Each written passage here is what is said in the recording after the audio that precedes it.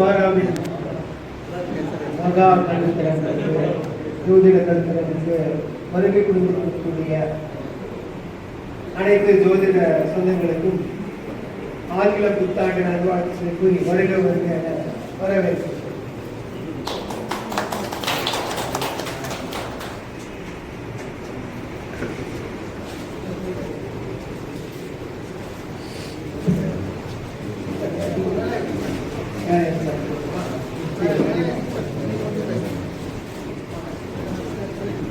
அடுத்து தற்பொழுது தஞ்சாவூர் சிங்கம் திரு வேலாயுதம் ஐயா அவர்களை பேச மேடை அழைக்கிறேன்.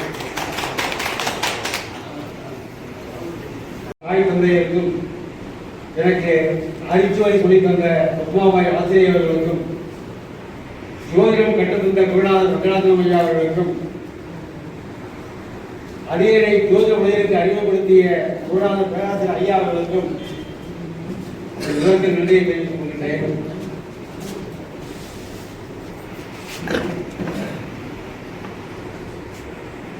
இந்த மாநாட்டில் வந்திருக்கின்ற ஜோதிட அனைத்து ஜோதிட நண்பர்களுக்கும் இதற்கு நன்றியை தெரிவித்துக் கொள்கிறேன். படைக்கும் கடவுள் பிரம்மன், காக்கும் கடவுள் விஷ்ணு, அழிக்கும் கடவுள் சிவன் என 3 கடவுள்கள் இருக்கின்றார்கள். அதே சமயம் விஷ்ணுவுக்கும் சிவனுக்கும் நிறைய கோயில்கள் இருக்கின்றன. ஏன் படைக்கும் கடவுளுக்கு அதிகம் கோயில்கள் இல்லை? என்றைக்குமே படைக்கின்றவர்களுக்கு அதிக மரியாதை கிடைப்பது கஷ்டம். எல்லோருமே படைப்பவரை யாரும் நினைத்து கூட பார்ப்பதில்லை. அதுதான் விதி. ஜோதிடர்களாகிய நாம் பல ஜாதகர்களுக்கு ஜோதிடம் பார்ப்போம், அவர்களுக்கு எளிமையான பரிகாரமும் சொல்லுவோம். அதை அவர்கள் செய்துவிட்டு பலனும் அடைந்திருப்பார்கள். அதனால் நமக்கு பெருமைதான். அவர் நன்றாக இருந்தால் ஜோதிடர்களாகிய நாம் தான் முதல் மகிழ்ச்சி அடைவோம்.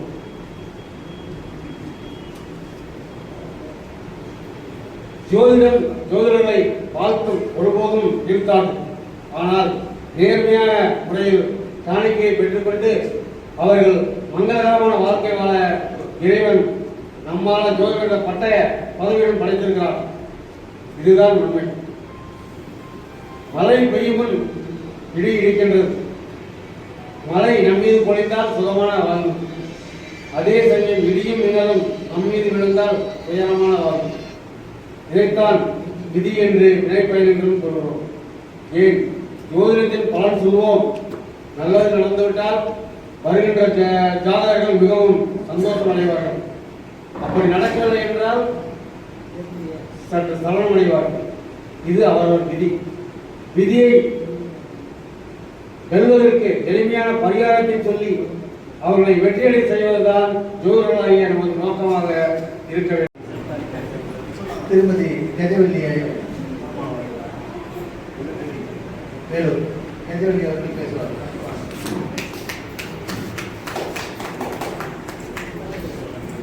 கஜவல்லி அவர்களுக்கு நம்முடைய சங்க தலைவர் பொன்னாடை கொடுத்து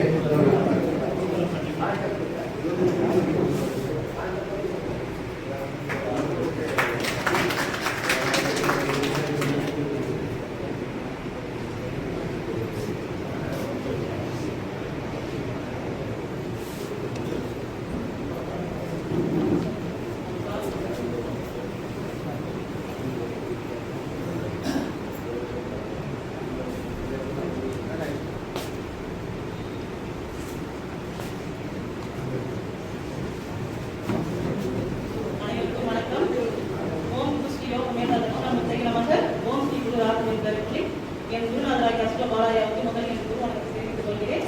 மேலும் மேடை அமர்ந்துள்ள அனைத்து குருமார்களை வணங்கி, சபையில் அமர்ந்துள்ள அனைத்து ஜோதிடர்களை வணங்கி என் முறையை துவங்குகின்றேன். எனக்கு சேர்க்க வாய்ப்பளித்த குருநாதருக்கு என்னுடைய நன்றிகளை தெரிவித்துக் கொள்கிறேன். என் பெயர் பார்த்தீங்கன்னா குபேர் கஜவல்லி சந்திரன். இன்னைக்கு வந்து நான் பார்த்தீங்கன்னா திருமண காலம் எப்போது நடைபெறும் அப்படின்றத பற்றி பேர் காண்பு சொல்லியிருக்கேன். இப்போ பார்த்தீங்கன்னா இந்த மெத்தட் வந்து நான் பார்க்குறேன், சரியா வருது. நீங்களும் வந்து பயன்படுத்தி பாருங்க, சரியா வரும். ஏன்னு கேட்டீங்கன்னா ஏற்கனவே மேரேஜ் ஆயிருந்தாலும் சரி, இல்லை நீங்கள் யாரும் பொறுத்து பார்க்கறதுனாலும் சரி, நம்மளுக்கு வந்து ஒரே கன்ஃபியூஷனாக இருக்கும் இல்லைங்களா? அந்த டைம் வந்து எப்போ நம்ம மேரேஜ் ஆகும் சொல்லி சொல்கிறதுக்கு நம்ம யோசிப்போம். அந்த குழப்பமான நேரத்தில் இந்த ஒரு வாய்ப்பு நான் கொடுத்த வாங்கி கையில் வச்சுக்கிட்டீங்கன்னாக்கா ஈஸியாக எல்லாம் பார்க்க மெத்தட் தான். அதே நம்ம சொல்கிற பாருங்க. இப்போ பார்த்தீங்கன்னா பெரும்பாலும் பார்த்தீங்கன்னாக்கா திருமண வயது அதிகமாக நம்ம ஜாதகம் வருவாங்க. பொருத்தம் பார்க்கறதுக்கு அப்போ வரும்போது நம்ம பார்த்தீங்கன்னாக்கா எப்போ திருமணம் ஆகணும்னு கேட்கும்போது இந்த பதில் சொல்றதுக்கு தெரியாதும் பார்த்துக்கோங்க. இப்படி பார்த்தீங்கன்னா என்ன வயது அப்படின்னு ஃபர்ஸ்ட் பாருங்க. திருமண வயது காலகட்டமாக அது வந்துருக்கு அப்படின்னு சொல்லி ஃபர்ஸ்ட் பாருங்க. அவங்களுக்கு லேட் மேரேஜ் அமையிற நேரமா இல்லை சீக்கிரமா வந்து மேரேஜ் அமையுமான்றதுக்கு பொறுத்து நம்ம நிறைய விஷயங்கள்லாம் வந்து பார்க்கணும் இல்லைங்களா? இப்போ பார்த்தீங்கன்னாக்கா இப்போ எர்லியா மேரேஜ் ஆகிறதுக்கு யார் அதிகமாக ஆகுது அப்படின்னு சொல்லி பார்த்தீங்கன்னா லக்னாதி வரையும் 7ஆம் அதிபதி கூடி இருந்தாக்கா எர்லி மேரேஜ் ஆகும். ஸ்லோவாக பேசுறீங்களா? கொஞ்சம் மைக் அட்ஜஸ்ட் பண்ணுங்க. மைக் கொஞ்சம் அட்ஜஸ்ட் பண்ணுங்க.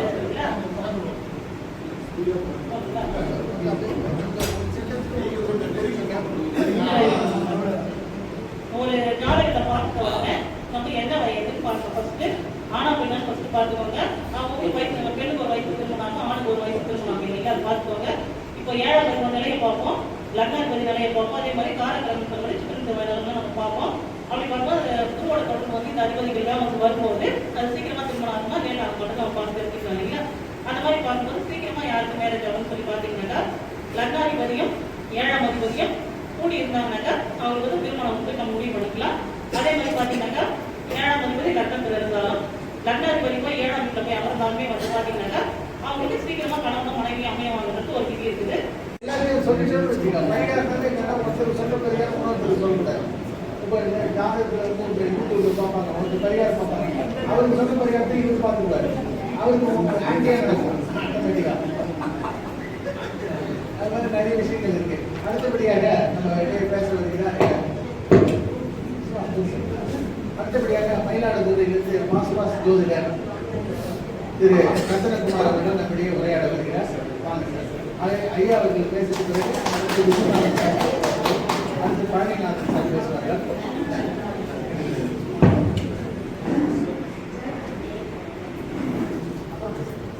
அனைவருக்கும்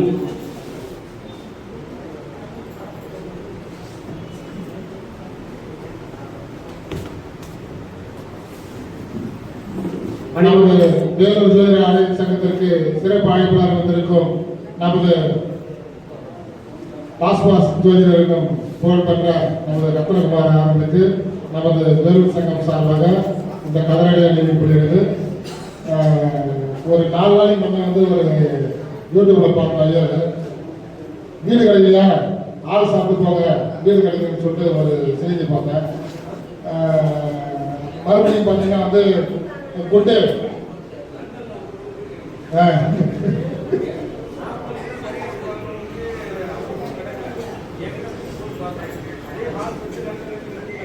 ஒரு வாரம். அதே போல இந்த நாள் நல்ல நாளா இருக்கணுமா குட்டே பிஸ்கட் சாப்பிடுங்கிற மாதிரி ஒரு பரிகாரம் சொல்லியிருக்காரு. அதே போல பாஸ் என்ன ஒரு பரிகாரம் தான், நம்பிக்கை, ஒரு பாசிட்டிவா சொல்லி பாருங்க. நான் வந்து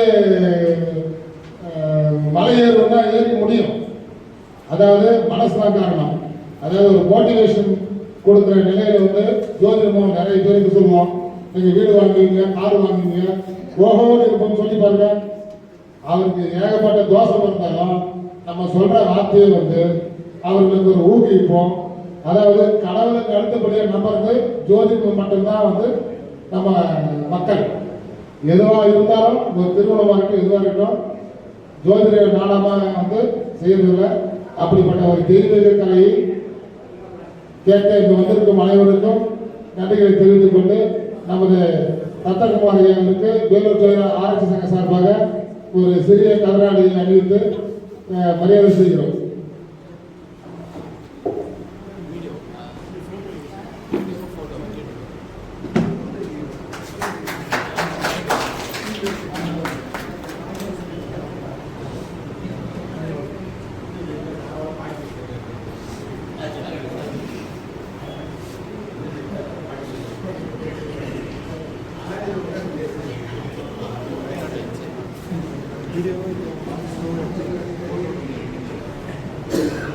அனைவருக்கும் என்னுடைய காலை வணக்கத்தை தெரிவித்துக் கொள்கிறேன்.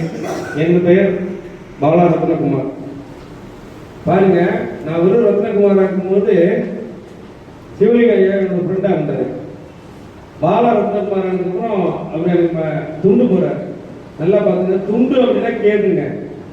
அவரோட டேட்டா பொறுத்து 5ங்க. புதன் கேது தான் அறிவில் ஞானம்.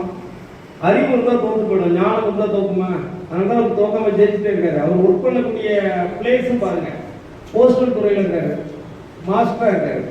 சனி ஓரில் ஆரம்பித்தாலும் நமக்கு வாய்ப்பு பாருங்க, குரு ஓரையில் தான் கிடைக்கும். அப்போ நம்ம எப்பவுமே குரு பார்வையில் இருக்கும். ஏன்னா கேந்திரத்தில் குரு வந்து லக்னத்தை பார்க்குறாங்க, சரிங்களா? அப்ப அம்பாள் மாதிரி பாலாயை வழிநடத்த நம்பர் புதனா இருந்து சிவலிங்க ஐயா போறாரு. அப்ப எல்லாமே நிகழ்வு தான், ஜோதிடம் தான். இதை யாரெல்லாம் உணர்றீங்க? யாரெல்லாம் நிறைய சம்பாதிக்கிறீங்க ஜோதிடா இருந்து? பக்கத்துல ஆபீஸ்ல ரிப்போர்ட் விட மாட்டேன் சொல்லுங்க. இன்கம் டாக்ஸ் ஆபீஸ் சீரியஸ்லி இந்த கருத்தாளத்துக்கு எல்லாரும் ஐயா போட்டிருக்காருல்ல, எதுக்கு விட்டாரு? நீங்க என்கிட்ட பேசுனீங்கன்னா நான் நிறைய சொல்லுவேன். இல்ல ஜோதிடர்னு பேசுங்க, நீங்க பேச மாட்டீங்க. பப்ளிசிட்டி என்ன பண்ணுவீங்க? கிளைண்ட் எப்படி வருவாங்க? உங்கள்கிட்ட விஷயம் தான். நாம புத்தகத்துல படிச்சதை வாந்தி எழுதுவோம், யாருமே வாந்தி திரும்பி பார்க்க மாட்டான். ஐயா சொன்ன வார்த்தை, எனக்கு அம்மா சொன்ன வார்த்தை. ஏன்னா எல்லாருக்கும் ஒரே பரிகாரம் கிடையாது. காரணம் ஸ்டாண்டர்ட்னு ஒன்று இல்லை. ரெடிமேட் சட்டை எல்லாரும் கொடுத்தாங்க. சிவலிங்க ஐயா ஹைட்டு ஒரு சைஸ் வந்து ஒரு 44 இருக்குன்னா எல்லாரும் 44 சட்டை சரியா இருக்காது. ஏன்னா அவர் ஹைட் வெயிட்டுக்கு ஒன்று காம்ப்ரமைஸ் பண்ணி தான் போட்டுருக்காரு. அதெல்லாம் ஸ்டிச் பண்ணி போட்டுருக்காரு. எப்பவுமே பரிகாரம் வந்து அவரோட ஜாதகத்துக்கு தகுந்த மாதிரி தனித்தனியே செய்யணும். திருமணம் செய்ய போன எல்லாருக்கும் கல்யாணம் ஆயிடுச்சு. கோவில் என்ன கோவில் வந்து முதல்ல உணரணும். அகத்தியருக்கு திருமண காட்சி கொடுத்த இடத்துல அது ஒரு இடம். மங்கள காலம் இருக்காரு. ராகுவால் ஏற்படக்கூடிய தோஷங்களாக சரி பண்ணக்கூடிய இடம் தான் திருமணம். சரி போன எல்லாரும் கல்யாணம் ஆகல. ஏன் பண்ணி கொடுக்கக்கூடிய குறுக்களுக்கு ஆகல. கோவில தப்பில்லை, திருமண காட்சி காட்டாது, கல்யாணம் பண்ணிக்கல. யாரு கல்யாணம்? அது இறைவனுக்கு கல்யாணம் நடத்துறாங்க. மனுஷன் மனிதன் கல்யாணம் அவ்வளவு பண்ணிட்டா நடக்குமா? திருச்சாறு சார பரமேஸ்வரர் கோயில் போன எல்லாருக்கும் கடன் நஞ்சு வச்சியா? எல்லாருமே பிறவி கடன் போக்கக்கூடிய ஸ்தலம் தான் திருச்சாறு சார பரமேஸ்வரர் கோயில். நம்ம பேங்க்ல லோன் வாங்கிட்டு அடைக்க முடியல, கடைக்காரன் வந்து வாசல் கத்துறான்னு போயிட்டு இருந்தா அடைக்குமா? அடைச்சிருக்கலாம். அது எப்படின்னா அந்த திசாவுக்கும் கோச்சாரங்களும் சப்போர்ட் பண்ணும்போது உங்களோட ஜாதகத்தில் 6ஆம் பாவாதிபதியை குரு பார்த்துக்கும் போது நடந்துக்கலாம். அப்ப இறைவன் வேலை என்ன? என் பணி என்னதுங்க? என் கடமை. அதே போல பாருங்க, குரு வரையில் ஆரம்பிச்சிருக்கோம். அப்ப வந்து எல்லாருமே என்ன செய்யணும்? இந்த வருஷத்துல பொருளாதார சம்பாதிக்க யாருமே நினைக்கிறீங்க வித்தைய காசாக்கள்னாலும் பாவம் தான். யாரும் பேசி வேணாமா இருக்கணும், வேணாமா? யார் சரி இவ்வளவு பேருக்கு எப்படி ஜாதகம் பார்ப்பாங்க? எல்லாருமே ஜோதிடரா இருக்கும். எப்படி எல்லாத்தையும் ஜாதகம் பார்க்க முடியும்?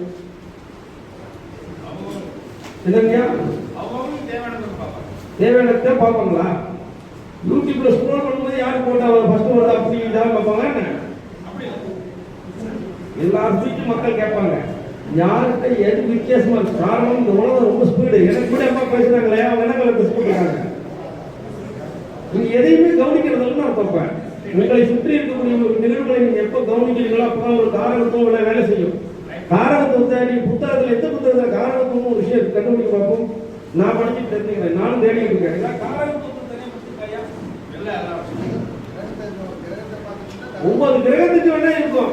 ராசிகள், உணவு, தானியம். அப்ப வேற காரகத்துவம் எப்படி இருப்பீங்க? அவங்க பாருங்க ஸ்பீடு.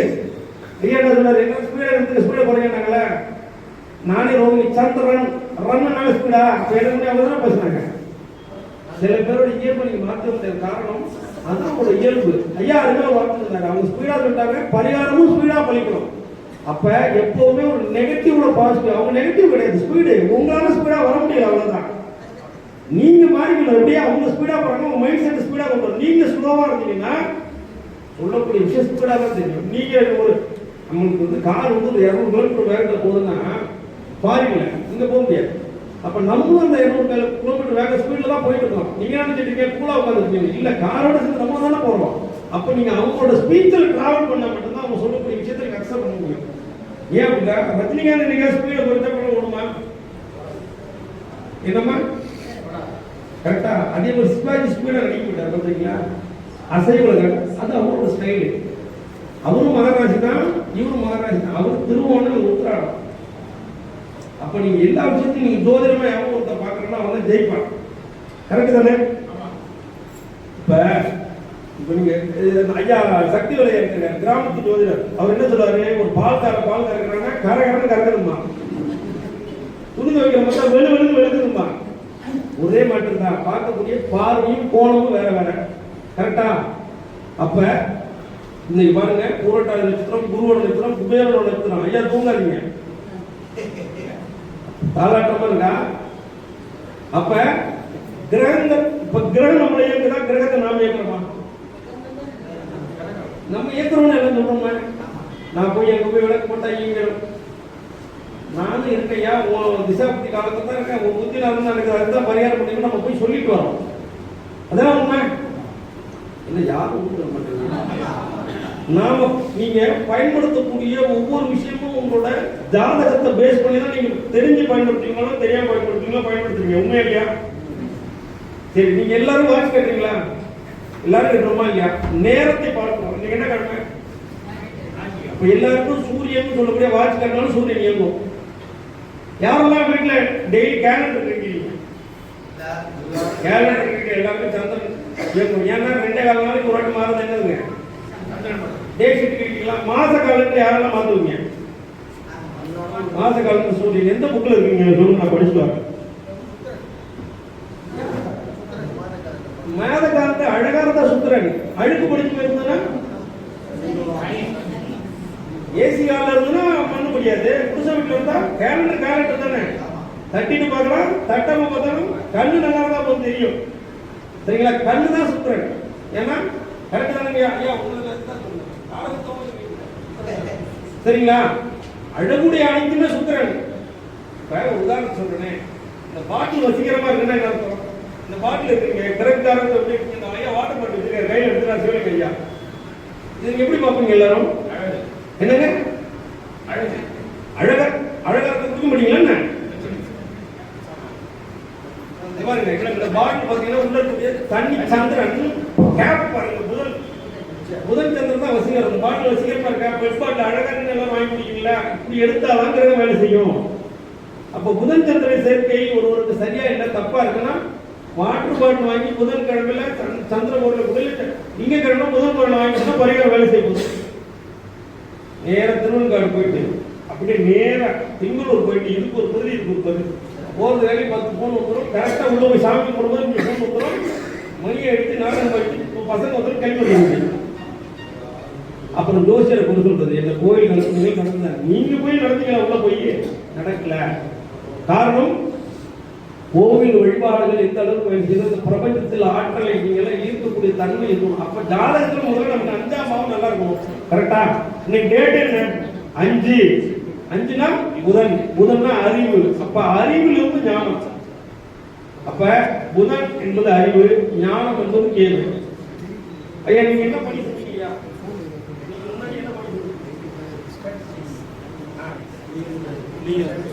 சரிங்களா? ஐயா என்ன துறை வந்திருக்காருங்க? என்னங்க? சரி, அது இப்ப என்ன இருக்காரு ஐயா? 2 மதிப்பு பண்ணி பாருங்க.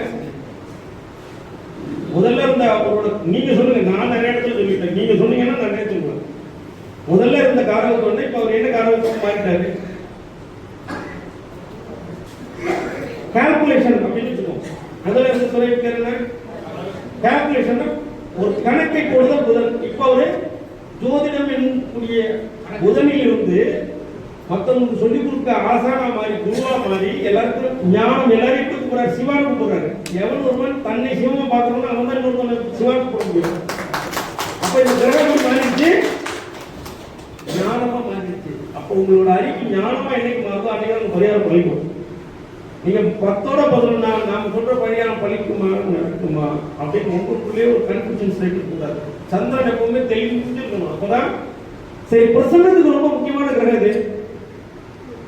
நான் ஏதாவது வேற பேசிட்டு இருக்கேன்னா இல்ல கேட்குறேன், எனக்கு பயமா இருக்குங்க. நான் தான் ஆக்ஷன்ல இருக்கேன், ரியாக்ஷன் இல்லாம இருக்கீங்களா? அதாவது பிரசன்னத்துக்குள்ள கிரகம் இது.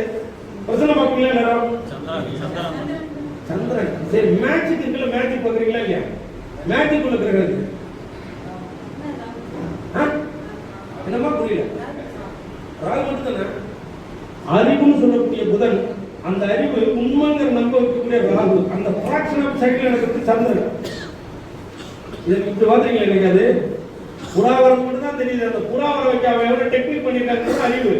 அந்த ஃபிராக்ஷன் ஆஃப் செகண்ட் உண்மையாவே உங்களோட புறா வந்து நீங்க நம்ப போறீங்க. அதான் சந்திரன். நம்ப வச்சோடனே உங்களை ஃப்ரீஸ் பண்ணாமல தான் கேளு. அப்ப ஒரு பரிகாரத்தை எப்படி எடுக்கணும்? பரிகாரம் எங்க இருக்கணும்? தண்ணி ஊற்றி யோசிங்க. அதாவது நீங்க வந்து அதான் கிளைண்ட் உங்கள்கிட்ட யோசிக்க மாட்டான், இல்லைன்னா யோசிப்பாங்க இவங்க பார்க்கலாமா வேண்டாமா, சரி எவ்வளவு பேர்லாம் ஃபீஸ் எவ்வளோ வாங்குறீங்க அப்படின்னு சொல்றேன். வெளில சொல்ல மட்டும் சொல்லுங்க. இதை வேணா வந்து பாஸ் பண்ண சொல்லணும் வீடியோவில். குமார் அவர்கள் வந்து இன்னைக்கு வந்திருக்காரு. உண்மையில நம்ம நாடா இந்த வந்திருக்காங்க. ஏன்னா கண்டிப்பா அவருடைய சிச்சுவேஷன்ல இன்னைக்கு இருக்கக்கூடிய சிச்சுவேஷன்ல நானா இருந்தா கூட கண்டிப்பா நான் வந்திருக்க மாட்டேன் மீட்டிங்கு. ஆனா அவர் வந்திருக்காரு. அப்ப இதுல என்னன்னா இப்போ வந்து உங்களுக்கு தெரியாது, இப்ப அவங்க அப்பா இறந்து 10-15 நாள் தான் ஆச்சு. நாளைக்கு காரியம் வச்சிருக்காரு. நாளைக்கு தான் காரியமே வச்சிருக்காரு. இன்னைக்கு அப்போ நாளைக்கு காரியம் வச்சுட்டு இன்னைக்கு வந்திருக்காருன்னா இது கண்டிப்பா வந்து எனக்கே நானே கேட்டேன், நாளைக்கு காரியம் செஞ்சு எப்படி நீங்க வருவீங்களா பண்ணுவீங்கன்னு கேட்டேன். சார் அது பாட்டு அது வேணா சொன்ன மாதிரி கண்டிப்பா வந்துருவேன் அப்படின்னு. அப்ப இதுல இருந்து என்ன தெரியுதுன்னா, நம்ம நடக்கிறது நடக்கட்டும், நம்மளுடைய வேலையை நம்ம செய்வோம். கர்மத்தை செய்யணும் சார். கர்மத்தை செய்யும். அப்போ கர்மமே கர்மாயுதம். அப்ப அதுவும் ஒரு கர்மமாக இருந்தாலும் கர்ம காரியமாக இருந்தாலும் இப்போ இந்த நம்மளுடைய ஜோதிடம் பார்ப்பதும் ஜோதிடத்தை பற்றி சொன்னதும் இப்போ மக்களுக்கு வந்து தெரிவிச்சாச்சு. ஃபேஸ்புக்கில் போட்டாச்சு, வாட்ஸ்அப்பில் போட்டாச்சு, எல்லாருக்கும் தெரிஞ்சாச்சு.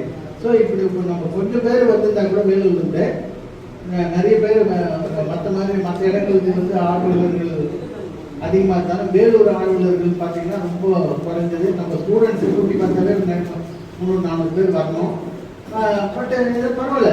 மற்ற வரைக்கும் எப்பவுமே வந்து ரத்தன பரீட்சையில் வந்து சில ரத்தனங்கள் தான் தேரும், எல்லா ரத்தனங்களும் தேராது. நிறைய பேர் எல்லாமே வந்து இந்த ஸ்பீட் போக முடியும். ஸோ அதில் வந்து இந்த நல்ல ரத்தனங்கள் வந்ததே ஒரு பெரிய அதிசயம் தானே, நமக்கு சந்தோஷம். ஸோ அதனால இந்த ரத்தன இவ்வளோ நல்ல ரத்தனங்களுக்கு உரையாட வந்திருக்கிறார் நம்மளுடைய ரத்னகுமார்.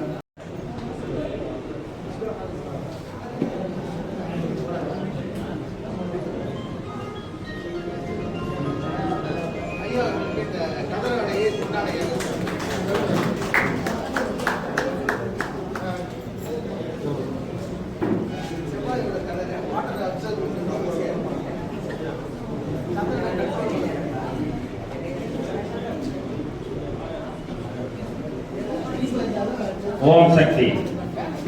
அருள்மிகு லலிதா செல்வாம்பிகை அம்மன் அருளாசியுடன் வேலூர் ஜோதிட ஆராய்ச்சியாளர்கள் சங்கத்தினுடைய தலைவராக இருந்து இந்த நிகழ்ச்சியை மிக சிறப்பாக நடத்தி கொண்டிருக்கின்ற இந்த சங்கத்தினுடைய நிறுவனர் மரியாதைக்குரிய ஆஸ்ட்ரோ பாலா சார் அவர்களே, இந்த நிகழ்ச்சி மிக சிறப்பாக நடைபெற உறுதுணையாக நல்கி இருக்கின்ற இந்த சங்கத்தினுடைய நிர்வாகிகளே, இங்கு திரளாக கலந்து கொண்டிருக்கின்ற ஜோதிட பெருமக்களே, சகோதர சகோதரிகளே, உங்கள் அனைவருக்கும் எனது அன்பார்ந்த வணக்கத்தினை தெரிவித்துக் கொள்கின்றேன். ஆயக்கலைகள் 64 இந்த ஜோதிட கலை 8வது கலையாக வரிசைப்படுத்தப்பட்டுள்ளது. அறிவார்ந்த ஞானம் உள்ளவர்களுக்குத்தான் இந்த ஜோதிட கலை வரும். சரஸ்வதி தேவியினுடைய சுபாகடாட்சம் இருப்பவர்களுக்கு தான் இந்த ஜோதிட கலை வரும். அதே போன்று ஜோதிடருடைய சுய ஜாதகத்திலையும் அந்த அம்சம் இருந்தால்தான் இந்த ஜோதிட கலையின் மூலம் மற்றவர்களுக்கு சேவை செய்து சிறப்படைய முடியும்.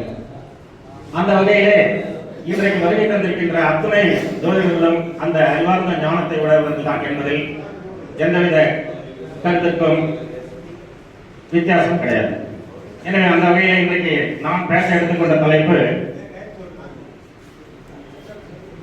ஒரு ஜாதகத்தை பார்த்தவுடன் பலன் சொல்ல 10 வகையான நுட்பங்கள். ஒரு ஜாதகம் வந்தவுடனே அதை பார்த்த உடனே டக்கு நாம சொல்லக்கூடிய 10 டிப்ஸ் மட்டும் இன்றைக்கு நாம் பேச இருக்கின்றேன். மிகவும் சுருக்கமாக முடித்துக் கொள்கிறேன். அடுத்து நிறைய ஜோதிடர்கள் பேச இருப்பதனால ஒரு 10 அல்லது 15 நிமிடங்களுக்கு என்னுடைய உரையை முடிக்கலாம் என்று இருக்கின்றேன். முதலாவதாக ஆயுள் பாவம். ஒரு ஜாதகத்திலே ஆயுள் பாவத்தை கணிப்பதற்கு 8ஆம் இடம், அஷ்டமஸ்தானத்திற்கு அஷ்டமஸ்தானமாகிய 3ஆம் இடம், இவர்களெல்லாம் நாம் ரொம்ப டீப்பாக ஆராய்ச்சி செய்து அந்த ஜாதகருடைய ஆயுளை நாம் நிர்ணயிக்கின்றோம். ஜோதிடத்திலே ஆயுளை 4 பகுதிகளாக பிரித்திருக்கிறார்கள். 60 வயது வரை இருந்தால் அது குறைந்த ஆயுள், 60க்கு மேல் 75 வரை இருந்தால் அது மத்தியம ஆயுள், 75க்கு மேல் 85 வரை இருந்தால் பரிபூர்ண ஆயுள், 85 வயதுக்கு மேல் 100 வயது வரை இருந்தால் அது தீர்காயுள். இத மாதிரி 50 வயதுக்குள் கீழே இருந்தால் அது அற்பாயுள். இத மாதிரி இந்த ஆயுள் ஸ்தானத்தை ஜோதிடத்திலே நிர்ணயம் செய்திருக்கிறார்கள். இதை அந்த ஜாதகத்தை பார்த்த உடனே எவ்வாறு நாம் பலன் சொல்ல முடியும் என்றால், அஷ்டமாதிபதி 12, 9, 2, 3 இருக்கிறாரு அப்படின்னாக்கா அவருக்கு பரிபூர்ண ஆயுள் 75 to 100 வரைக்கும் தீர்க்காயுளும் அதுல வந்தது. அதற்கடுத்து அஷ்டமாதிபதி 8, 11, 5 இந்த இடங்களில் இருக்கிறாரான்னு பார்க்கணும். அவருக்கு மத்தியம ஆயுள் 60 to 75. அஷ்டமாதிபதி 6 இருந்தால் குறைந்த ஆயுள் 60 வயது வரை அவருடைய ஆயுள் நிர்ணயம். அஷ்டமாதிபதி 4, 7, 10 இந்த இடங்களில் இருந்தால் அவர் அற்பாயுள். இது மாதிரி இதை பார்த்துட்டு இந்த ஆயுள் ஸ்தானத்தை நம்ம ஒரு முடிவு பண்ணலாம். அதற்கடுத்து ஒரு ஜாதகருக்கு எப்பொழுது திருமணம் நடைபெறும் என்பது பற்றி அன்பிற்கும் பாசத்திற்கும் உரிய சகோதரி அவர்கள் மிக விவரமாக எடுத்துரைத்தார்கள். இதையே நாம ரொம்ப ரொம்ப சுருக்கமா 2ஆம் அதிபதி, 7ஆம் அதிபதி, 9ஆம் அதிபதி இதெல்லாம் ரொம்ப டீப்பா போகாம இவருக்கு எப்ப கல்யாணம் நடக்கும், இந்த அரங்கத்திலேயே வந்திருக்கின்ற திருமணம் ஆகிய அத்தனை நபர்களும் இதை செக் பண்ணி பாருங்க, எக்ஸாக்டா இருக்கும். ஒருத்தர் கூட அப்படி இல்லைங்க சார் சொல்ல முடியாது. அது எப்படின்னாக்கா, சூரிய தசையில் பிறந்தவர்களுக்கு ராகு தசையில் திருமணம் நடந்திருக்கும். சந்திர திசையில் பிறந்தவர்களுக்கு ராகு அல்லது குரு தசையில் திருமணம் நடக்கும். செவ்வாய் திசையில் பிறந்தவர்களுக்கு குரு தசையில் திருமணம் நடக்கும். புதன் திசையில் பிறந்தவர்களுக்கு சுக்கிர தசையில் திருமணம் நடக்கும். குரு தசையில் பிறந்தவர்களுக்கு புதன் தசையில், சுக்கிரன் தசையில் பிறந்தவர்களுக்கு சந்திரன் அல்லது செவ்வாய் தசையில் திருமணம் நடக்கும். சனி தசையில் பிறந்தவர்களுக்கு புதன் அல்லது கேது தசையில் திருமணம் நடந்திருக்கும். ராகு தசையில் பிறந்தவர்களுக்கு குரு அல்லது சனி தசையில் திருமணம் நடந்திருக்கும். கேது தசையில் பிறந்தவர்களுக்கு சூரியன் அல்லது சந்திரன் தசையில் நடந்திருக்கும். இங்க வந்திருக்கிற எல்லோருக்கும் அந்த மாதிரி தான் நடந்திருக்கும். யாருக்குமே அதுல வேறுபாடு இருந்திருக்கு. நிச்சயமாக நீங்க அவர்களுடைய சுயஜாதகத்தை எடுத்து நீங்க நமக்கு எப்ப திருமணம் நடந்தது, நம்மளுடைய பிறந்த போது நமக்கு என்ன தசை நடந்ததுங்கிறத நீங்க கம்பேர் பண்ணி பாருங்க, எக்ஸாக்டா. இப்ப இதை ஒருத்தருக்கு நம்ம இந்த தசை நடக்குதுன்னு பொழுது இவருக்கு இப்ப திருமணம் நடக்கக்கூடிய நேரம் வந்து விட்டது அப்படிங்கிறது நம்ம ஒரு முடிவுக்கு வரலாம். அதுக்கு இன்னொரு டிப்ஸ், புத்திர பாக்கியம். நிறைய பேருக்கு திருமணம் நடந்து புத்திர பாக்கியம் இல்லாம நம்ம கிட்ட கல்யாணம் ஆகிட்டு 4 வருஷம் ஆகி போச்சு, இன்னும் குழந்தை பேர் இல்லைங்க அப்படின்னு சொல்லிட்டு வருவாங்க. அவர்களுக்கு எப்பொழுது அவர்களுக்கு குழந்தை பிறக்கும் அப்படிங்கிறது ரொம்ப ரொம்ப ஷார்ட்டா நாம அந்த ஜாதகத்தை வச்சுக்க முடியும். அதாவது ஆண் ஜாதகம், பெண் ஜாதகம் ரெண்டுத்தையும் எடுத்துக்கணும். நாம தனியா 9 கட்டம் போடுவோம், ராசி கட்டங்கள் 9 நாம தனியா போடுவோம். ஆண் ஜாதகத்தில் செவ்வாயும் சந்திரனும் எங்க இருக்கிறார்களோ அதை மட்டும் எடுத்து அந்த நாம தனியா போட்ட அந்த கட்டத்துல செவ்வாயும் சந்திரனையும் அதை ஃபில் பண்ணிக்கணும். பெண் ஜாதகத்தை பார்க்கணும், அதுல செவ்வாயும் சந்திரனும் எங்க இருக்கிறாங்கன்னு பார்த்து அதே கட்டத்துல எடுத்து நாம வரைந்த அந்த கட்டத்துல அதை நிரப்பிக்கணும். சரி பார்த்தீங்களா? இப்ப நாம நிரப்பி இருக்கிற கட்டத்துல 2 சந்திரனும் 2 செவ்வாயும் இருக்கு இல்லைங்களா? கரெக்டுங்களா சார்? ஓகே. இப்போ கோச்சார குரு இந்த 4 ஸ்தானங்களை எப்பொழுது தொடுகிறாரோ அப்பொழுது அவங்களுக்கு கருத்தை நிச்சயமாக இதை பல்வேறு நபர்களுக்கு நான் பரிந்துரை செய்து பார்த்து சொல்லி எக்ஸாக்டா நடந்தது. ஒருத்தருக்கு நான் சொன்னேன், ஒரு பெரிய அதிகாரி, என்னுடைய மருமகளுக்கு திருமணம் ஆகி 4 ஆண்டுகள் ஆகிருக்கு சார், இன்னும் புத்திர பாக்கியம் வரல, எவ்வளோ மெடிக்கல் டெஸ்ட் எல்லாம் பார்த்தோம் அப்படின்னா நான் கரெக்டாக இந்த ஒரு ஃபார்முலாவை இது பண்ணி உங்களுக்கு 27/10/2024 அவங்களுக்கு வந்து கருத்தரிப்பு நான் கண்டிப்பாக அவங்களுக்கு நடக்கும் சார் சொன்னேன். என்ன சார் என்ன சொல்லுங்க என்னால் நம்பவே முடியலங்க. சரியாக ஒரு 4 நாள் நான் சொன்ன நாட்களுக்கு ஒரு 4 நாளுக்கு முன்னாடி எனக்கு ஃபோன் பண்ணி போய் செக் பண்ண சார் பாசிட்டிவ்னு வந்துட்டு இது என்ன சார் ஒரு மிராக்கலா இருக்கு என்ன அப்படின்னு சொல்லிட்டு ரொம்ப ஆச்சரியப்பட்டார். அதுக்கடுத்து கரு உருவாகி விட்டது, பிறக்க போவது ஆனா பெண்ணா. இதை நாம ரொம்ப ஷார்ட்டா இந்த ஜாதகத்துல நாம பார்க்கிறோம். சூரியனை கடந்து சுக்கிரன் இருந்தால் ஆண் குழந்தை பிறக்கும். பிறந்த ஜாதகத்தில் சுக்கிரனுடைய டிகிரி அதிகமாகவும் சூரியனுடைய டிகிரி குறைவாகவும் இருக்குதுன்னாக்கா ஆண் குழந்தை அந்த ஜாதகருக்கு பிறக்கும். சுக்கிரனை கடந்து சூரியன் இருந்தால் ஆண் குழந்தை பிறக்கும் சொல்லியாச்சுன்னா, பெண் குழந்தை வந்து சூரியனை கடந்து சுக்கிரன் டிகிரி அதிகமாகவும் சூரியன் டிகிரி குறைவாகவும் இருந்தால் ஆண் குழந்தை, சுக்கிரன் டிகிரி குறைவாகவும் சூரியன் டிகிரி அதிகமாகவும் இருந்தால் அவங்களுக்கு பெண் குழந்தை பிறக்கும். இதை பார்த்தோம் அப்படின்னா நாம அதையும் சொல்லிடலாம். இதையும் நிறைய பேர் கிட்ட நாம திருமணமாயிருக்கிறது. அதுக்கடுத்து திருமண பொருத்தத்துல வந்து பல்வேறு வகையான பொருத்தங்கள் நாம பார்க்கிறோம். ஷார்ட்டா வந்து அந்த 12 ராசிகளை 2 சரி சமமாக 6 ராசிகளாக பிரிச்சுக்கலாம். ஃபர்ஸ்ட் அது ஒரு ஷார்ட் மெத்தட். மேஷம், கடகம், சிம்மம், விருச்சிகம், தனுசு, மீனம், இது ஒரு 6. ரிஷபம், மிதுனம், கன்னி, துலாம், மகரம், கும்பம், இது ஒரு 6. இந்த 6க்குள்ளவே ஆணும் பெண்ணும் இருந்தால் அனைத்து பொருத்தங்களும் அவர்களுக்கு கண்டிப்பாக அமைந்து கண்டிப்பாக அவங்களுக்கு திருமணம் நடைபெறும். அந்த திருமண வழக்கில் எந்த பிரிவினையும் வராது. வந்து ஆணும் பெண்ணுமா இருந்தாங்கன்னாக்கா அவர்களுக்கும் அதே மாதிரி தான், எந்த விதமான பிரிவினையும் ஏற்படாது. திருமணம் 8 வந்து கம்ப்ளீட் மேட்சிங் ஆகிடும். இந்த 6லேருந்து ஒரு ராசியும் இந்த 6லேருந்து ஒரு ராசியும் இணையும் போதுதான் சிக்கல். இன்னும் ரொம்ப டீப்பா பார்க்கணும் அந்த ஜாதகத்தை. சரிங்களா? இது ஒரு டிப்ஸ். அதுக்கடுத்து எவ்வளவோ செலவு செய்து முயற்சி செய்து லட்சக்கணக்கான செலவு செய்து கல்யாணம் பண்றோம், சில பிரிவினைகள் ஏற்பட்டு விடுகிறது. அப்போ அந்த ஜாதகருக்கு இருதார தோஷம் இருக்குது அப்படிங்கிறதா 2 கல்யாணம் அவருக்கு நடக்கும் அப்படிங்கிறது. அதை எப்படி நாம ஷார்ட்டா கண்டுபிடிக்கலாம், அதுல இருந்து அவரை எப்படி நாம அதை காப்பாற்றலாம் அப்படின்னு பார்க்கும்போது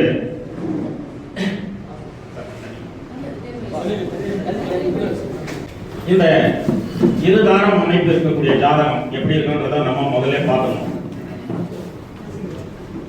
சனியினுடைய 7ஆம் பார்வை அந்த ஜாதகருக்கு 8ஆம் இடமாக இருந்தால்,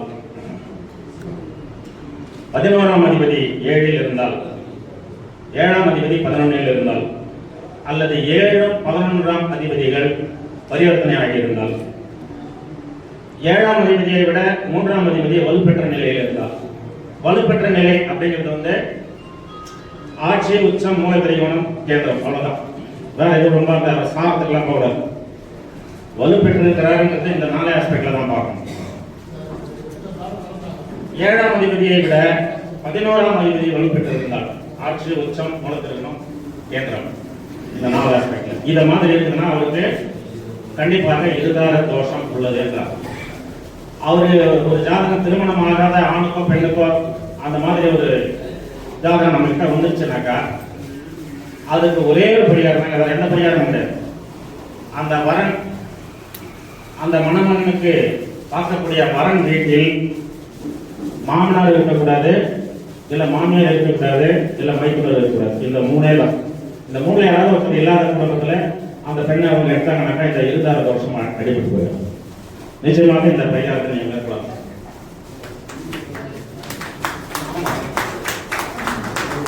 காதல் திருமணத்தை பத்தியும் ஒரு சின்ன ஷார்ட் நோட்ஸ் இருக்கு, அதை மேடம் சொல்லிட்டாங்க. ஸோ அதை நான் ஸ்கிப் பண்ணிடுறேன். அடுத்து நிறைய பேர் படிச்சுட்டு 1க்கு மேற்பட்ட டிகிரிகள் வாங்கியிருப்பாங்க, நிறைய படிச்சிருப்பாங்க, ஆனால் வேலை கிடைக்காது. வேலைக்கு செல்லக்கூடிய அந்த யோகம் இருக்காது. 30 வயசு 35 வயசை கடந்தும் ஒரு நிரந்தரமான வேலை இல்லாத சிரமப்பட்டு இருப்பாங்க. வீடு ஒரு மிகப்பெரிய கனவு அனைவருக்கும். நாம் எப்ப வீடு கட்டுவோம், வாடகை வீட்டிலேயே வசிப்பாங்க, இடம் வாங்கியிருப்பாங்க, வீடு கட்டக்கூடிய அவசியம் இருக்காது. அவங்க எப்போ வீடு கட்டுவாங்க அப்படிங்கிறது ஒரு ஷார்ட்டான ஜாதகத்தில் தான் நம்ம அனலைஸ் பண்ணிடலாம். பிறந்த ஜாதகத்தில் சுக்கிரன் அல்லது செவ்வாயை கோச்சார குரு தொடும் பொழுது வீடு கட்டுவாங்க. பிறந்த பர்த் சார்ட்ல இருக்கிற சுக்கிரன் அல்லது செவ்வாய் இந்த ரெண்டு கட்டத்தை வந்து கோச்சார குரு எப்போ வந்து டச் பண்ணுதோ அப்ப நிச்சயமா அவங்க வீடு கட்டுவாங்க. வீடு கட்டணும்ன்ற ஒரு பிளான்ல வந்து நம்ம கிட்ட கேட்கறவங்களுக்கு தான் நான் சொல்றது. கண்டிப்பா வந்து இந்த சுக்கிரன் இந்த செவ்வாயை கோச்சார குரு சஞ்சாரம் செய்து கொண்டே அவர் தொடும் பொழுது நிச்சயமாக அவர்கள் அந்த வீட்டை நிச்சயமாக கட்டுவார்கள் அல்லது வீடு வாங்குவார்கள். நெக்ஸ்ட், தொழில். எல்லாரும் வந்து வருமானத்திற்காக ஒன்று தொழில் செய்வாங்க, இல்லை வேலைக்கு போவாங்க. இப்போ இந்த தொழில் சொந்தமாக வியாபாரம் அல்லது தொழில் செய்பவர்களுக்கு எல்லாருமே செய்திட முடியாது. நிறைய பேர் அதனால நஷ்டம் அடைஞ்சிருக்காங்க. லட்சக்கணக்கில் முதலீடு போட்டு சுத்தமாக வட்டி கட்ட முடியாமல் குமண்டி ஆகியிருக்காங்க. ஸோ எப்படி இருக்கிறவங்களுக்கு அந்த தொழில் அவர்களுக்கு கை கொடுக்கும், உயர்வினை தரும். அதை நம்ம ஷார்ட்டாக பார்க்கலாம். இது ஒரு சின்ன டிப்ஸ். மேஷ லக்னத்திற்கு சனி வலு பெற்றிருந்தால் அவர்கள் தொழில் செய்யலாம். நான் ஏற்கனவே சொன்ன மாதிரி வலுன்றது 4 ஆஸ்பெக்ட் தாங்க. ஆட்சி, உச்சம், மூலத்தெரிமானம், கேந்திரம். இதுதான் மேஷ லக்னக்காரர்களுக்கு சனி வலுவாக இருந்தால் அவர்கள் தொழில் செய்யலாம். ரிஷப லக்னக்காரர்களுக்கு சனி கும்பத்தில் அல்லது மகரத்தில் இருந்தால் அவர்கள் தொழில் செய்யலாம். மிதுன லக்னக்காரர்கள் தொழில் செய்யவே கூடாது. வேலைக்கு மட்டும்தான் போகணும், சம்பளம் மட்டும்தான் வாங்கணும். கடக லக்னக்காரர்கள் செவ்வாய் வலுவாக இருந்தால் அவர்கள் தொழில் செய்யலாம். சிம்ம லக்னக்காரர்கள் சுக்கிரன் வலுவாக இருந்தால் தொழில் செய்யலாம். கன்னி லக்னக்காரர்கள் மிதுனத்துக்கு சொன்ன மாதிரி தொழில் செய்யக்கூடாது. சம்பளம் தான் வாங்கணும். ஒரு இடத்துல போய் வேலை செய்யணும், சம்பளம் வாங்க, நிம்மதியாக அவங்க குடும்பம் வாங்கணும். ஒரு தொழிலும் இறங்கினாங்கன்னா நஷ்டமடைவாங்க. துலாம் லக்னத்தை சேர்ந்தவர்கள் சந்திரன் வலுவாக இருந்தால் அவர்கள் தொழில் ஆரம்பிக்கலாம். விருச்சிக லக்னத்தை சேர்ந்தவர்கள் சூரியன் வலுவாக இருந்தால் அவர்கள் தொழில் ஆரம்பிக்கலாம். தனுசு லக்னம் தொழில் செய்யக்கூடாது, உத்தியோகம் தான் பார்க்க வேண்டும். மகர லக்னம் புதன் மற்றும் சுக்கிரன் இரண்டும் வலுவாக இருந்தால் அவர்கள் தொழில் செய்யலாம். கும்ப லக்னத்திற்கு செவ்வாய் வலுவாக இருந்தால் தொழில் செய்யலாம். மீன லக்னத்திற்கு குரு வலுவாக இருந்தால் தொழில் செய்யலாம். 10ஆம் அதிபதி 6இல் இருந்தால் அவர்கள் நிச்சயமாக தொழில் செய்யக்கூடாது, உத்தியோகம் பார்க்கணும். இந்த டிப்ஸும் உங்களுக்கு பயனுள்ள வகையில் இருக்கும். அதற்கு கடைசியாக இது 10வது டிப்ஸ், வெளிநாடு செல்லும் யோகம். எங்க பையன் வெளிநாடு போவானா சார், நல்லா சம்பாதிப்பானா அப்படின்னு சொல்லி கேட்பாங்க. அதே மாதிரி இங்க ஐடி செக்டார்ல ஒர்க் பண்றவங்க வந்து முதல்ல எடுத்த உடனே நம்ம கேட்கறவங்க வெளிநாடு செல்லக்கூடிய யோகம் எங்களுக்கு இருக்குமா, அதை கொஞ்சம் பார்த்து சொல்லுங்க. நாம அதை வந்து ரொம்ப ஷார்ட்டா பார்க்கலாம். எக்கச்சக்கமான பேர்களுக்கு இந்த ஆஸ்பெக்ட் அப்படியே எக்ஸாக்டா வந்துருக்குது. எப்படி பார்த்தீங்கன்னா, ராகுவுக்கும் கேதுக்கும் ஒரு நேர ஒரு கோடு. இந்த கோட்டுக்கு ஒரு புறம் சனி, ஒரு புறம் குரு இருந்து அந்த ஜாதகர் ஆணாக இருந்தால் அவர் வெளிநாடு போவார். ராகு கேதுவுக்கு ஒரு நேர் கோடு, ஒரு புறம் சுக்கிரன், ஒரு புறம் சனி இருந்து அந்த ஜாதகர் பெண்ணாக இருந்தால் அவர் வெளிநாடு போவார். இது எவ்வளவு பேர் பார்க்கறாங்க, எல்லாம் எக்ஸாக்டா இருக்கு.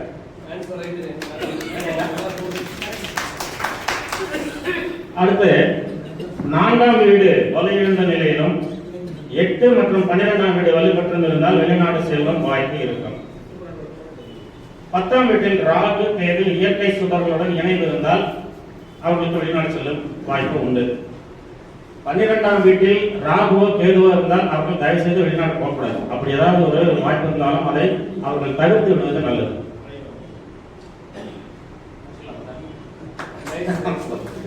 இதுவரை என்னுடைய இந்த சிறிய உரையை கண்டு தெரிந்து கொண்ட உங்கள் அனைவருக்கும் எனது சிறப்பான நன்றி தெரிவித்துக் கொண்டு இந்த நிகழ்ச்சியை சிறப்பாக ஏற்பாடு செய்திருக்கின்ற அஸ்வ பாலா சார் அவர்களுக்கு என்னுடைய சார்பாக ஒரு பொன்னாடையை அணிவித்து என்னுடைய மகிழ்ச்சியை தெரிவித்துக் கொள்கின்றேன். அவருக்கு திருப்பதி தேவஸ்தானத்தினுடைய டைரி மற்றும் காலமுறையை மக்கள் பார்க்க வழங்க.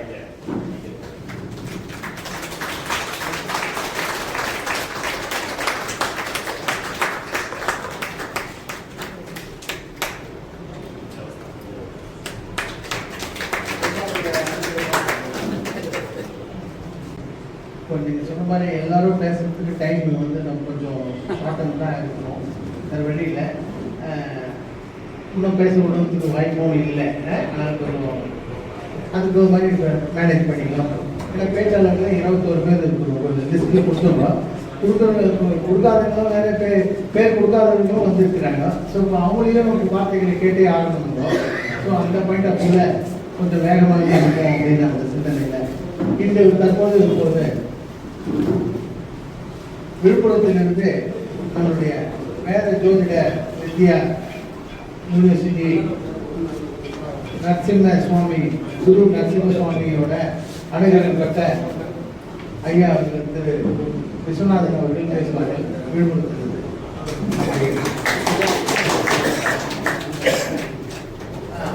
ஐயா விழுப்புரம் விஸ்வநாதன் ஐயா அவர்களுக்கு டாக்டர் விஸ்வநாதன் அவர்களுக்கு ஒரு கர்நாடக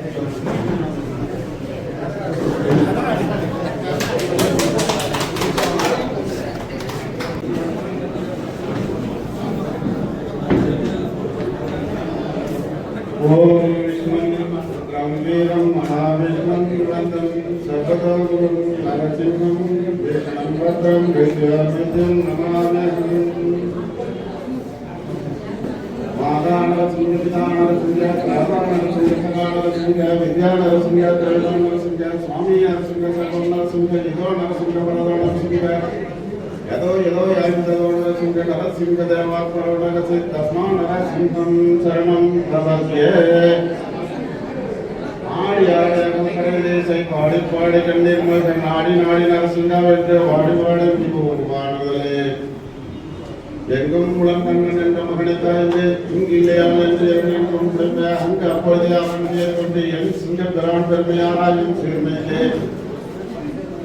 எல்லாம் அல்ல எம் குல தெய்வமா ஸ்ரீ லக்ஷ்மண சுவாமியை வணங்கி அடியனுக்கு இன்றைய தினம் வேலூர் வாரா ஜோதிடர்கள் சங்கம் சார்பாக நம்முடைய தலைவர் அன்பிற்கும் பாசத்திற்கும் உரிய திரு பாலாளன் அவர்கள் எனக்கு வாய்ப்பு கொடுத்ததற்கு நன்றியை சொல்லி இப்பொழுது எனது பேச்சை துவங்குகின்றேன். அதற்கு முன் இங்கு கூடியிருக்கும் அனைத்து என் ஜோதிட சொந்தங்களுக்கும் என்னுடைய வணக்கத்தை சிரம் தாழ்த்தி தெரிவித்துக் கொண்டு பேச்சை துவங்குகிறேன். இப்போ ஜோதிடத்தை பொறுத்த வரைக்கும் பார்த்தீங்கன்னாக்கா நமக்கு ஜீவனஸ்தானம்னு ஒன்று இருக்கு, 10ஆம் பாவம். இது உத்தியோகம் தொழில் இது ரெண்டுத்தையுமே 10ஆம் பாவம் வந்து குறிக்கும். இப்போ இதை பற்றி நான் பேசும்போது பார்த்தீங்கன்னாக்கா உத்தியோகம் தொழில் அமைப்புகள் திசாபுத்தி காலங்கள் மற்றும் தொழில் ஸ்தானம் பலம் பெறும், அடுத்தது பலம் குறையும் நிலைகள். கொஞ்சம் அமைதியாக இருந்தீங்கன்னா நல்லா இருக்கும். 3 மணிக்கு அலாரம் வச்சுட்டு 4 மணிக்கு ஸ்டார்ட் பண்ணிட்டு 4 மணிக்கு ட்ரெயினில் வந்திருக்கேன். சிரமம் மட்டும் தான் வந்திருக்கேன். 4-5 வருஷம் ஆக போகுது. வீட்டில் உடம்பு சரியில்லாமல் ஆக்சிடென்ட் டீம்ல இருக்காங்க. கல்யாணம் ஆன பொண்ணா துணைக்கு வீட்டில் கூப்பிட்டு உட்கார வச்சு வந்திருக்கேன். நண்பர் கூப்பிட்டுருக்காரு அவருடைய நட்புக்காக. ஒன்றும் இல்லை, ஐயா சொன்ன மாதிரி கொஞ்சம் சீக்கிரமாக முடிச்சிடுறேன். சொல்ற வரைக்கும் கொஞ்சம் கவனிங்க. எங்கே எந்த கூட்டத்துக்கு போனாலும் பொதுவான ஜோதிட கருத்தை நான் பேசாம யாரும் சொன்னதை சொல்லாம ரிசர்ச் பண்ணி முதல் நாள் தான் எனக்கு வாய்ப்பே கிடைக்குது. ஏன்னா பிஸியாக இருந்துருக்கேன். நானும் ரிசர்ச் பண்ணி ஏதாவது ஒரு டாபிக் எடுத்து நான் பேசுகிறேன். ஐயா நம்ம பாரா குரூப்லேயே தஞ்சாவூரில் எடுக்கும்போது அப்படின்னா தர்மாவை பற்றி தான் அதனுடைய அமைப்புகளும் நிலைகளை பற்றி பேசினேன். மந்திரிகளுக்கு தெரியும். அதே மாதிரி இப்போ 10ஆம் பாவத்தை பற்றி பேச போகிறேன். கொஞ்சம் தயவு செய்து கேட்குறேன், கவனத்தோட கேளுங்க. இல்லைன்னா நான் வந்து அர்த்தம் இல்லாமல் போயிடும். இப்போ ஒரு ஜாதகத்தை பார்த்தோம்னா தொழில் அமைப்பு, இந்த தொழில் அமைப்பை பார்த்தீங்கன்னா நம்ம என்ன பண்றோம்னா 10ஆம் நிலை கொண்டு தான் நம்ம வந்து நிர்ணயம் செய்யறோம். அதே நேரத்தில் பஞ்சபூத சக்திகளை கொண்டுதான் தொழிலானது ஒவ்வொருத்தவங்களுக்கும் ஏற்படுது. இது பூர்வ புண்ணிய பலன்களுக்கு ஏற்ப 10ஆம் இடத்தில் கிரகங்கள் அமைந்திருக்கிற தகுதிக்கேற்பவும் ஒவ்வொருவருக்கும் ஒரு வகையான தொழிலை ஏற்படுத்துகிறது. ஒருவருடைய தொழிலானது எந்த காலத்திலையும் சரி அதாவது எந்த திசை காலத்தில் அமைந்து செயல்படும் என்று அடியேன் ஆய்வு செய்ததில் ஒரு 10 விதிகளை தேர்ந்தெடுத்தது.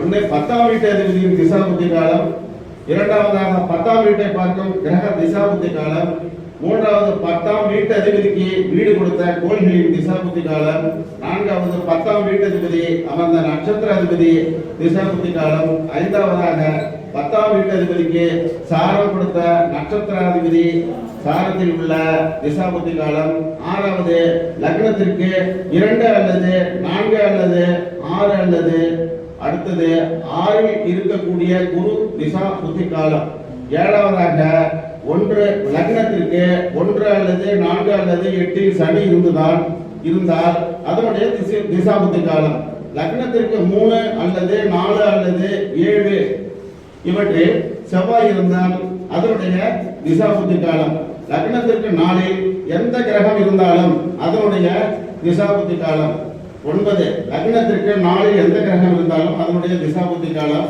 10 லக்னத்திற்கு 4 அல்லது 8 அல்லது 12இல் ராகு கேது இருந்தால் அதனுடைய திசாபுத்தி காலம். இப்படி லக்னாதிபதி பலம் பெற்று திசை நடக்கும் போது அதனுடைய காலத்தில் தொழிலானது சிறப்பாக அமையும். மேலும் பார்த்தீங்கன்னா கோள்கள் பலம் பெறும் நிலையில் உயர்ந்த பதவிகளும், கோள்கள் பலம் குறைந்த நிலையில் கீழ்நிலையில் உள்ள தொழில்களும் அமையும். பலம் பெற்றுச்சுனாக்கா உயர்ந்த தொழில் அமையும், பலம் குறைஞ்சிச்சுன்னா கீழ்நிலையான தொழில்கள் அமையும்.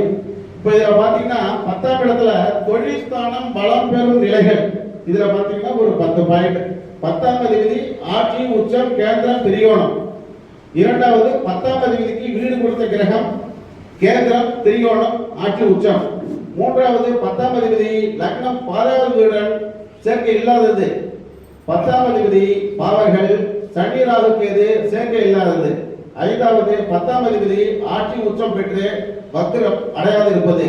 ஆறாவது 10ஆம் வீட்டு அதிபதி நீச்சம், அஸ்தங்கம் பெறாமல் இருப்பது. 7 10ஆம் அதிபதி திதி சூன்ய ராசியில் அமராமல் இருப்பது. 8 10ஆம் ஸ்தானத்தை சுபர்கள் பார்வை செய்யும் பொழுது. 9 10ஆம் பாவகத்தை ஆட்சி, உச்சம் பெற்றவர்கள் பெற்ற கோள் பார்வை செய்வது. 10ஆம் பாவகத்தில் ஒரு கோள் ஆட்சி, உச்சை பார்வை செய்யும் காலத்தில். அடுத்தபடியாக 10ஆம் இடமான தொழில் ஸ்தானம் பலம் குறையும் நிலைகள். இதுல பாத்தீங்கன்னா 10ஆம் இடம் அதனுடைய அதிபதி 6, 8, 12இல் மறைதல் அதிபதியுடன் சேர்ந்து இருப்பது. 10ஆம் அதிபதி பாவர்கள் சனி, ராகு, கேது சேர்க்கை பெறும் போது. மூன்றாவதாக 10ஆம் அதிபதி லக்னம் பாதகாதிபதியுடன் சேரும் பொழுது. 10ஆம் அதிபதி நீச்சம் மற்றும் அஸ்தங்கம் அடையும் பொழுது. ஐந்தாவதாக 10ஆம் அதிபதிக்கு வீடு கொடுத்த மற்றும் சாரம் கொடுத்த கிரகம் 6, 8, 12இல் மறைதல் அல்லது பாதகாதிபதியுடன் சேர்தல். ஆறாவதாக 10ஆம் இடத்தில் பாதகாதிபதி இருந்தாலும் அல்லது பார்த்தாலும். ஏழாவதாக 10ஆம் அதிபதி தன் ஆட்சி, உச்சம் வீட்டில் உக்கிரம் அடைய. அடுத்தபடியாக 8 10ஆம் அதிபதி திதி சூன்ய ராசியாதிபதியுடன் சேரும் பொழுது. இப்படி பாத்தீங்கன்னா பல்வேறு கோணத்துல கிரக நிலைகள் மாறுபடும் போது அவற்றுக்கு ஏற்றவாறு தொழிலானது யாராக இருந்தாலும் அனைவருக்கும் இப்படியே அமையும் என்பது இது உறுதி. இதில் எந்தவித மாற்றமும் இல்லை. அடுத்தபடியாக ஜோதிடர்களுக்கு ஒரு சின்ன கைண்ட் இன்ஃபர்மேஷன். நம்மகிட்ட ஜாதகம் பார்க்க யார் வந்தாலும் சரி ஜாதகம் பார்த்துட்டு அப்படியே விட்டுறாம கொஞ்சம் ஒரு 3 அன்பு கட்டளைகள். 1 குலதெய்வ வழிபாடு செய்ய சொல்லுங்க. அடுத்தது ஏதாவது ஒரு ஸ்லோகத்தை நீங்க அவங்களுக்கு சொல்லி கொடுத்துருங்க. மூன்றாவதாக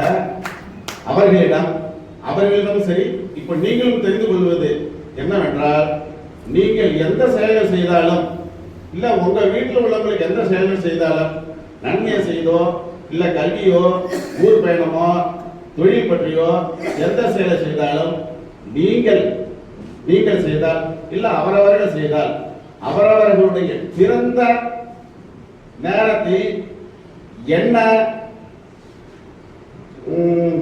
ஓரை இருக்கிறதோ அந்த ஓரையில் செய்ய சொல்லுங்கள். மிக சிறப்பாக சிறப்பாக அமையும். நீங்க உங்க செயலை செய்யும் போது நன்றி. உங்க செயலை வந்து என்ன பண்ணுங்க, பிறந்த ஓரையில நீங்க ஓரை வந்து அலட்சியமா நினைக்காதீங்க. நாகநட்சத்திரம் பார்க்குற மாதிரி ஓரை வந்து கையாளணும், அவசியம் கையாளணும். நீங்க வந்து எந்த செயல் செஞ்சாலும் நீங்க அந்த செயல் செய்யும் போது டெய்லி அந்த ஓரை வரும். ஒரு நாளைக்கு வராம இருக்காது, டெய்லி வரும். ரிட்டர்ன் ஆகும், 3 தடவை ரிட்டர்ன் ஆகும். நீங்க என்ன பண்ணுங்க, அந்த டயத்தை எதிர்பார்த்து அந்த ஓரையில செய்யுங்க. எந்த செயலா இருந்தாலும் நிச்சயம் வெற்றி. ஐயா சொன்ன மாதிரி 10 நிமிஷம் ஆச்சு என்னன்னு தெரியல எனக்கு. இத்துடன் எனது பேச்சை எனக்கு வாய்ப்பு கொடுத்தவர்களுக்கு நன்றி கூறி, அனைவரும் அமைதி காத்து இருந்தமைக்கு நன்றி கூறி, யாருக்கும் என்னுடைய காலங்களை அதிகமாக எடுத்துக்கொள்ளாமல் அவருக்கும் கொஞ்சம் சிரமம் கொடுக்காமல் வாழ்க்குவார் என்று நினைக்கிறேன். சீக்கிரமாக முடிந்ததற்கு மிக நன்றியை தெரிவித்துக் கொள்கிறேன். நன்றி, வணக்கம். அனைவருக்கும் வணக்கம். ஐயாவுடைய துணைவியார் வந்து மருத்துவ சிகிச்சை பெற்று வருவதால் அனைவரும் வந்து அவருக்கு வந்து ஒரு கூட்டு வழிபாடு ஒரு செகண்ட் வந்து கொஞ்சம் வேண்டிக்குங்க. அவங்களும் அவங்க குடும்பத்தாரும் இறைவன் அருளால நல்ல வளமுடன் வாழ வேண்டும் என்று இறைவனை வேண்டிக் கொள்கிறேன். நன்றி நன்றி நன்றி.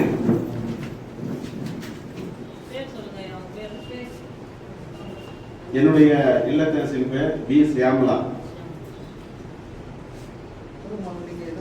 என்னுடன் 5 ஆண்டு காலம் ஆகிறது. சென்னை போரூர் ஆஸ்பத்திரியில் ராமச்சந்திராவோட சீஃப் டாக்டர் தான், ஸ்பெஷலிஸ்ட் தான் ட்ரீட்மெண்ட் பண்ணிட்டு இருக்காங்க. மாதத்துக்கு ஒரு 60,000 to 70,000 வரைக்கும் செலவு பண்ணிட்டு இருக்கேன்.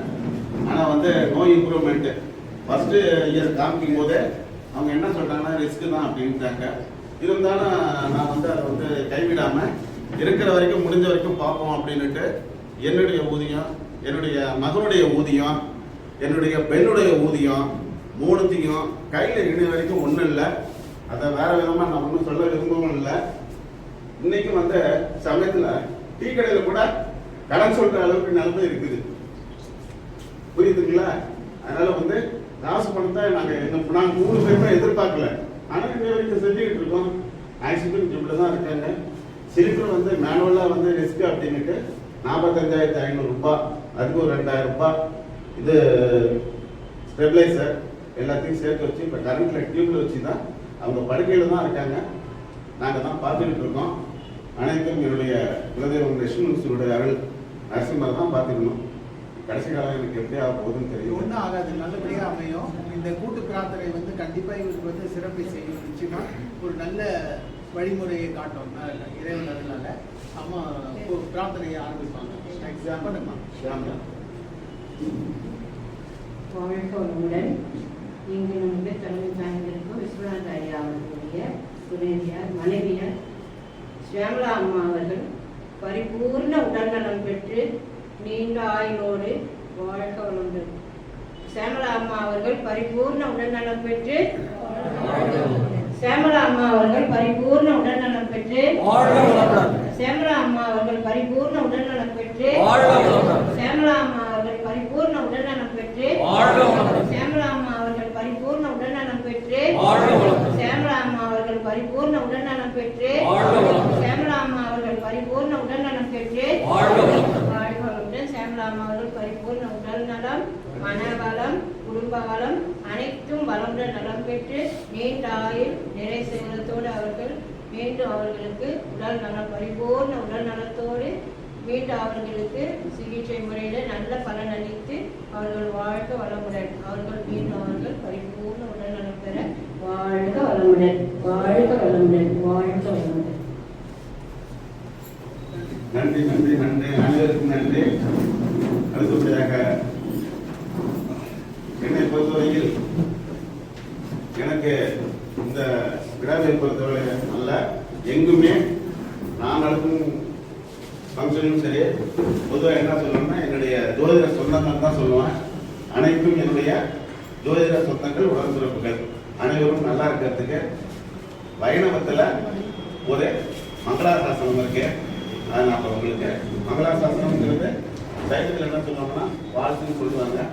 அதை அப்போ வாழ்த்துன்னா ஆசி கூப்பிடுறது. அது வந்து ராமானுஜ பரம்பரையில் திருக்குறள் அடையிறது வந்து பந்த சம்ஸ்காரம் வாங்கினவன் கொடுத்துருக்கு எனக்கு தகுதி இருக்கு. அதுக்காக சொல்லிடலாம் பின்னாடி கொஞ்சம் ஒரு 2 நிமிஷம் பாசனம் முடிகிற வரைக்கும் கொஞ்சம் எழுந்து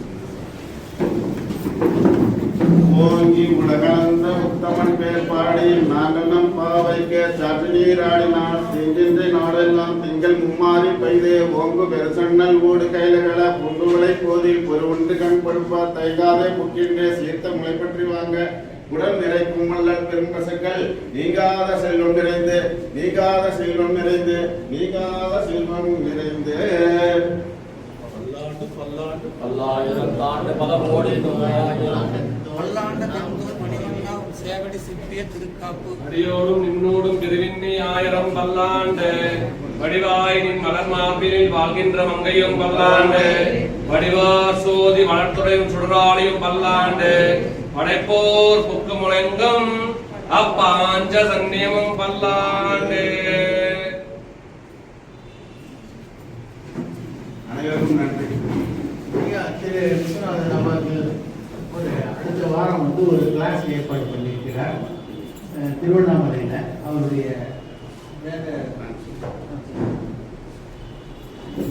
வருகின்ற 25 இந்த மாதம் தான் 25ஆம் தேதி 26ஆம் தேதி ஞாயிற்றுக்கிழமை திருவண்ணாமலையில ஐயா தான் வகுப்பு பயிற்சி வகுப்பு ஆசிரியர் ஐயா தான் வந்து எடுக்கிறாங்க. திருவண்ணாமலையில 26ஆம் தேதி ஜனவரி மாதம் ஞாயிற்றுக்கிழமை காலையில 10 மணிலிருந்து சாயங்காலம் 5 மணி வரைக்கும் ஐயா தலைமையில பயிற்சி நடைபெற போகுது. ஒரு நாள் நேரடி பயிற்சி வகுப்பு சுக்கிரனை பத்தி வாய்ப்பு இருக்கிறவங்க வந்து கலந்துக்கலாம்.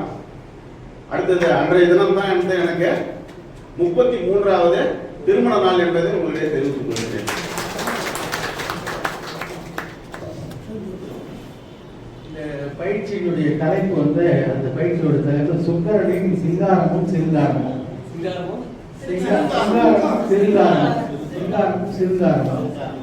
கண்டிப்பா பயிற்சி வரவங்க 18 வயசுக்கு மேல இருக்கணும். அது உடல்களுக்கு வரக்கூடாது. Only Atal centre.